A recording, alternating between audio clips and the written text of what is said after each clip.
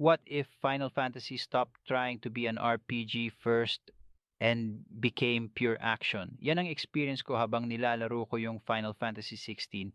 At surprisingly, it works. Sa lahat ng modern Final Fantasy games, ito siguro yung pinaka-aggressive pagdating sa combat. Mas mabilis, mas direct, at mas focused sa spectacle. Yung laban dito, hindi lang basta flashy. Ramdam mo talaga yung impact, lalo na kapag gamit mo yung Akon powers. At dun siya sobrang saya. Yung boss fights, grabe, parang every major fight feels like may sariling movie budget. Yung scale, effects, music at pacing ng battles, sobrang taas ng quality.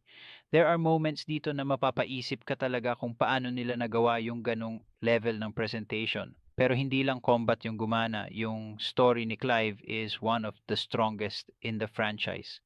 Mas mature siya, mas grounded at mas political yung world building. Ramdam mo yung influence ng darker fantasy stories dito. Pero hindi rin siya perfect. May parts na medyo bumabagal yung pacing, especially sa side quests.